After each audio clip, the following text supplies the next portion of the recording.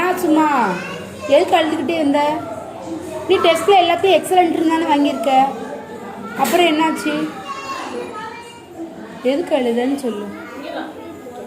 Exam பிடிக்கலையா? Exam பிடிக்கலன்னா நமக்கு பெரிய கிளாஸஸ்க்கு எப்படி போக முடியும்? ஃபஸ்ட் ஸ்டாண்டர்ட் போக வேண்டாமா? போகணுமா வேண்டாமா? வாய் திறந்து சொல்லு. ஃபஸ்ட் ஸ்டாண்டர்ட் போகணுன்னா எக்ஸாம் எழுதுனா தானே சர்டிஃபிகேட் தருவாங்க. அப்புறம் நீ எப்படி எக்ஸாம் எழுதாமல் யூகேஜி இங்கேயே இருக்கலாம், சத்யாமிஸ் கூட இருக்கலான்னு பாக்கியோ? அப்படி டேய், அப்படிலாம் சொல்லக்கூடாது தங்க பிள்ளை, சரியா? என்ன அடுத்த ஃபஸ்ட் ஸ்டாண்டர்ட் போகணும் இல்லாமா? கிச்சு, அப்புறம் தன்யா எல்லாரும் ஃபஸ்ட் ஸ்டாண்டர்ட் போவாங்க. எல்லா கிளாஸில் உங்கள் இஷாந்த் எல்லாரும் ஃபஸ்ட் ஸ்டாண்டர்ட் போயிடுவாங்க. அப்போ நீ மட்டும் யூகேஜி படிச்சுட்டு இருந்தா நல்லாவா இருக்கும்? இல்லை தம்பிலாம் அடுத்தது வந்து ஸ்கூலில் வந்து படிக்க வரணும்ல. அப்போ நீ வரணும்ல, வேறு ஸ்கூலில் நான் படிக்கிறேன், நல்லா படிக்கிறேன் அப்படின்னு சொல்லணுமா வேண்டாமா சத்யா மிஸ் கிட்ட?